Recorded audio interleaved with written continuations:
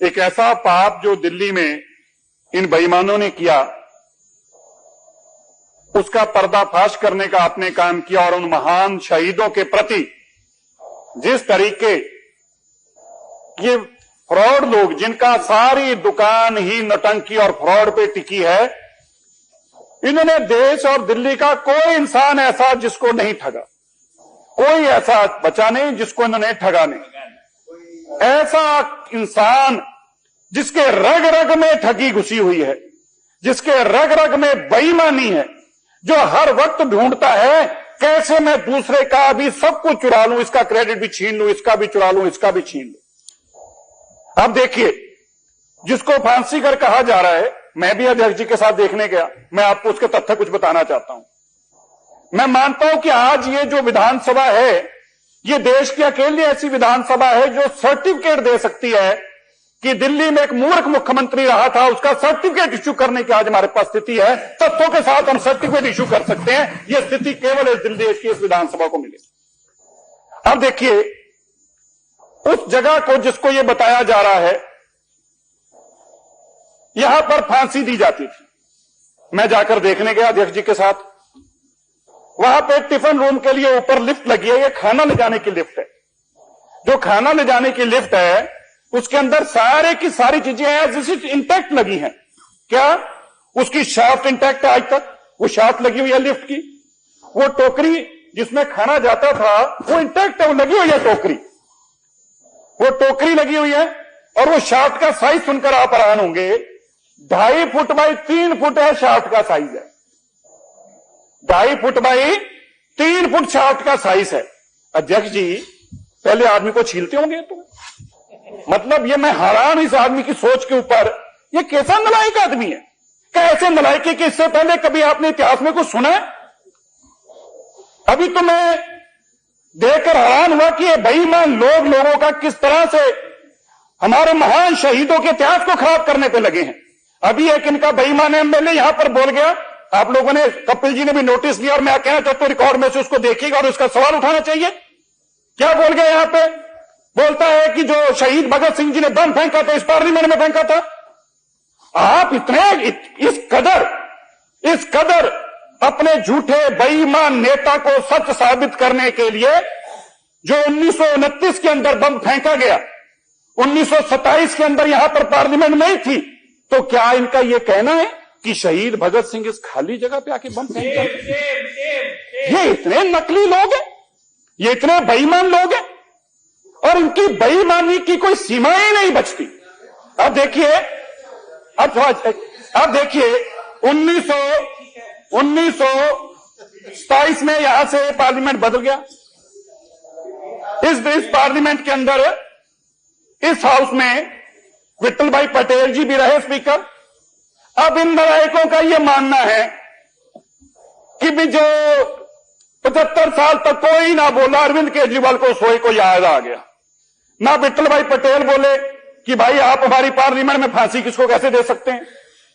ना इससे पहले बाबा साहब अम्बेडकर बोले कि आप पार्लियामेंट के अंदर फांसी किसी को कैसे दे सकते हैं।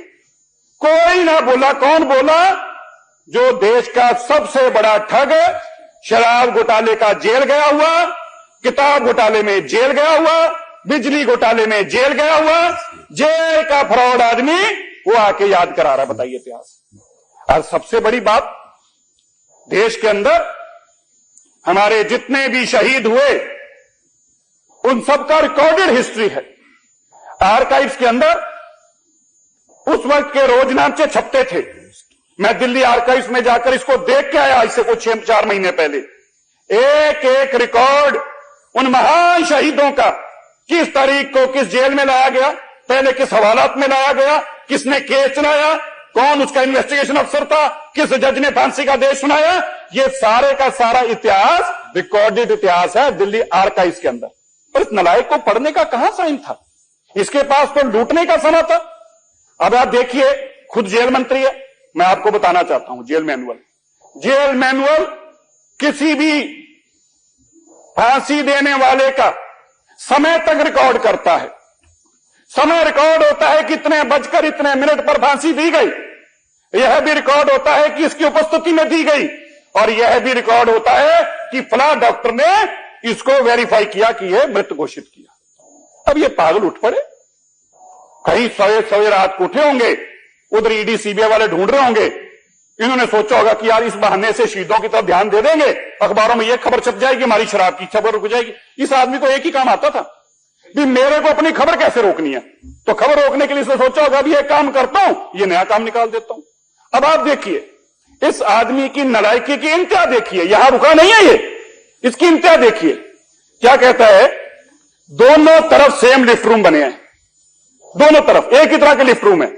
कह रहा इधर शहीदों को शहीद करते थे, इधर फांसी देते थे, उधर कह रहे उधर तो खाना ही लाते थे। बताइए भाई, एक अगर दो सिमिलर ब्रांच बनी है, अब कह रहे हो 3 मंजिल है। अब इन नालायकों को बताए कि लिफ्ट का मशीन रूम ऊपर ही होता है।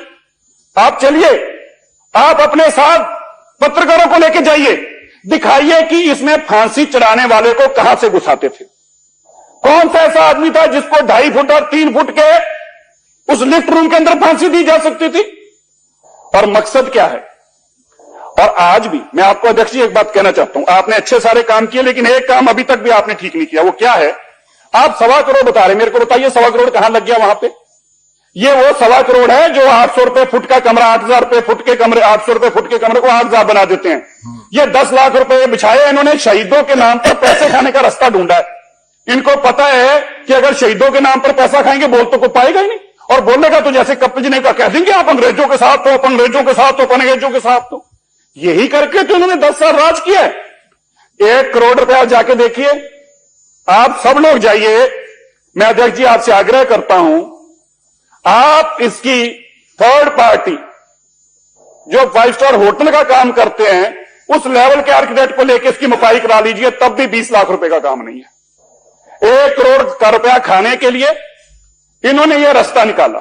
मैं ऊपर गया, मैं आपको 3-4 चीजें बताना चाहता हूं। वहां मैंने रास्ता देखा, वो रास्ता वो है जो मशीन टूल का है, जो मशीन के वक्त में बना हुआ रास्ता है, जो मशीनों से बनता था। और रास्ता इतना मोटा है जो जहाज को खींचने के लिए, समुद्री जहाजों वाला, वो किसी शहीद के गले में रस्सा डाला नहीं जा सकता। इन नालायकों ने शहीदों का इस कदर अपमान किया है। वहां फ्लीट बूट उठा के, जो फ्लीट बूट होते थे उस जमाने में वो बूट नहीं थे, कहां से उठा के फ्लीट बूट अपने तस्मे वाले लाके वहां रख दिए, और अब कहते कंचे रख दिए, कंचे। अब एक नालायक और बोल रहा था, बोला यहीं बैठा था 81 नंबर पे, इधर ही कहीं, बोला वो जो कंचे होते थे ना, वो बंदूक होती थी, बंदूक। वो जब फिर वो नहीं मरता था ना, फिर उसको बंदूक से मारता। बताइए यार, मतलब क्या कोई है यार इनमें कोई इंसानियत वाली बात? यार शहीदों के प्रति आप बात करें, कोई मुर्गियों की बातें हो रही हैं, कोई मुर्गों की बातें हो रही हैं। आप महान देश के शहीदों के बारे में बोल रहे हो, कंचों से गोलियां बना देते हैं, गोलियों से मारते। ये सारी की सारी मानसिकता जो इस इंसान के अंदर भरी हुई है, कूट कूट कर बेईमानी भरी हुई है। और मैं आज कहना चाहता हूं, जो शहीद भगत सिंह के प्रति इन्होंने आकर ये नया एक ढोंग रचकर एक नया इतिहास पेश करने की कोशिश की है, इसके पीछे कोई जरूर साजिश है। यह स्वाभाविक मुंह से निकली बात नहीं है। यह कह देना कि इस विधानसभा के अंदर बम फेंका गया था, शहीद भगत सिंह की राजगुरु ऐसे महान शहीदों के प्रति नए नैरेटिव सर्च देने, यह स्पष्ट लगता है जैसे टीपू सुल्तान का नाम ये यहां पर लेके आए थे, उसके पीछे एक मकसद था। टीपू सुल्तान की फोटो जब लेके आए थे, उसके पीछे इनका एक मकसद था, राजनीति। मैं मानता हूं कि आज जो इन्होंने एक नया विरजान राह पे रचा है और यह कहा है कि भगत सिंह ने इस पार्लियामेंट में बम गिराया था, इसके पीछे भी ये भगत सिंह जी का सुनहरी इतिहास को बदलना चाहते हैं। खड़खड़खड़ा गांव का नाम बोलना नहीं आता, बात इतिहास की करते हैं, बात शहीदों की करते हैं। अध्यक्ष जी, मैं आपका धन्यवाद करता हूं। आपने टीपू सुल्तान के वंशकों को, जो हमारे देश के महान शहीदों का इतिहास बदलना चाहते थे, टिफिन रूम को फांसी का फंदा चूमने वाले जो लोग, हमारे महान शहीद जो हंसते हंसते फांसी का फंदा चूमते थे, उनको 2.5 फुट के कमरे में कैसे डाला जाता होगा, ऐसे नालायकों को आपने एक्सपोज करने का काम किया है। मैं आपका धन्यवाद करता हूं और मैं आपको इस बात की भी बधाई देता हूं। जैसे मैंने पहले कहा था, दिल्ली को मुख्यमंत्री रहा हो 10 साल, अब आप दिल्ली के लोग समझ लें, दिल्ली के लोग समझ लें 10 साल तक कितने मूर्ख आदमी को आपने दिल्ली का मुख्यमंत्री बना के रखा, किस नहायत मूर्ख आदमी को। अगर शर्त लगा के भी तो 50 लाख करोड़ रुपए की शर्त लगा लेना कि इससे बड़ा मूर्ख एक ढूंढ के दो, तो कोई बड़ी बात नहीं है। केजरीवाल खुद ही हाथ खड़ा कर दे कि नहीं भैया मेरे से ऊपर कोई नहीं है। जो आदमी लिफ्ट को फांसी रूम बता सकता है, जो आदमी 2.5 फुट और 3 फुट के चौड़े लिफ्ट की शाफ्ट को फांसी का फंदा लगाने वाला बता सकता है, ऐसे मूर्ख आदमी दिल्ली की सत्ता पे 10 साल तक काबिज रहे। यही कारण है कि दिल्ली आज यहां तक पहुंची है। मैं धन्यवाद करता हूं, आपने मुझे बोलने का मौका भी दिया और इस बेईमान आदमी को एक्सपोज भी किया।